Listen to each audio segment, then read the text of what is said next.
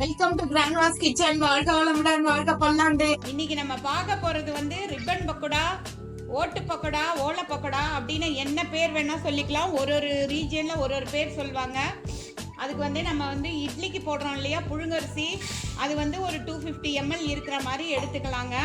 இதை 2 hours நல்லா சுத்தமாக கழுவிட்டு 2 hours ஊற வச்சிடலாம். ஊற வச்சுட்டு அது கூட ஒரு 250 ml எடுத்தோம்னா 5 சிகப்பு மிளகாய் போட்டு நல்லா நைஸாக அரைச்சிடலாங்க. இது 2 hours இப்போ நம்ம ஊற வச்சு அரைச்சிடலாம். 2 hours ஊற வச்ச அரிசியும் சிகப்பு மிளகாயும் போட்டு நல்லா நைஸாக பாருங்க, இவ்வளோ நைஸாக அரைச்சி கொண்டு வந்தாச்சு. இந்த அளவு கெட்டியாக அரைச்சா போதும், ரொம்ப கெட்டியாக அரைக்கணும்னு கிடையாது. ஏன்னா நம்ம இது கூட கடலை மாவு போட போகிறோம். எவ்வளோ இப்போ இந்த டம்ளரில் ஒரு டம்ளர் அரிசி போட்டிருக்கோம் இல்லையா, அதே அளவு கடலை மாவு போட்டுக்கலாம். அதுக்கப்புறம் காய்ச்சின எண்ணெய் இருக்கு இல்லைங்களா, அதை ஒரு 2 ஸ்பூன் இருக்கிற மாதிரி ஊற்றிக்கலாங்க. ஊற்றிக்கிட்டு இப்போ எல்லாத்தையும் இப்போ நல்லா கலந்துடலாம். நம்ம அரைக்கிறதுலையே உப்பு போட்டிருக்கோம், அதனால் கலந்துட்டு தேவைன்னா உப்பு போட்டுக்கலாங்க.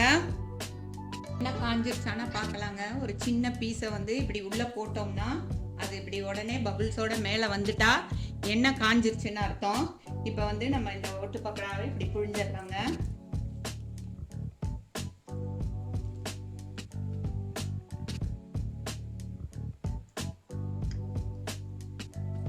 எப்போவுமே வானலியில் முக்கால் அளவு தான் எண்ணெய் வச்சுக்கணும்.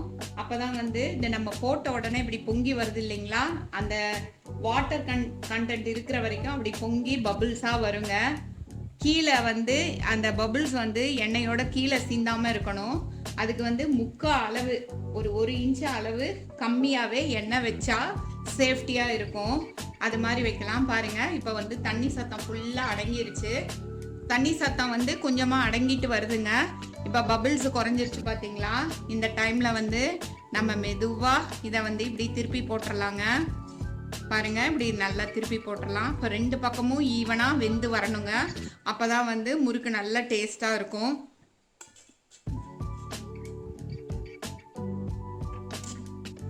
அடுப்பை மோஸ்ட்லி ஹைலியே வச்சுக்கிட்டா தான் இது மாதிரி செய்யறதுக்கெல்லாம் ரொம்ப டேஸ்ட்டாக இருக்குங்க. நிறைய பேர் நம்ம சேனலை பார்த்துட்டு இருக்கீங்க, ரொம்ப தேங்க்ஸு. உங்களோட சப்போர்ட்டுக்கெல்லாம் ரொம்ப தேங்க்ஸுங்க. நிறைய பேர் பார்க்குறவங்க சப்ஸ்கிரைப் பண்ணிடுங்க.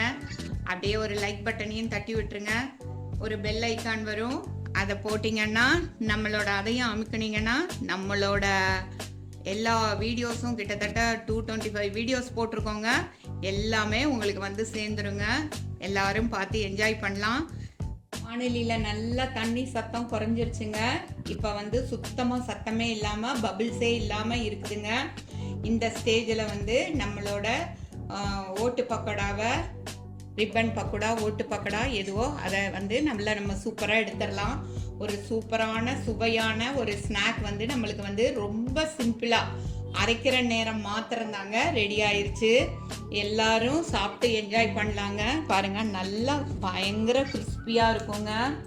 பாருங்க எவ்வளோ கிறிஸ்பியாக இருக்குன்னு பாருங்க.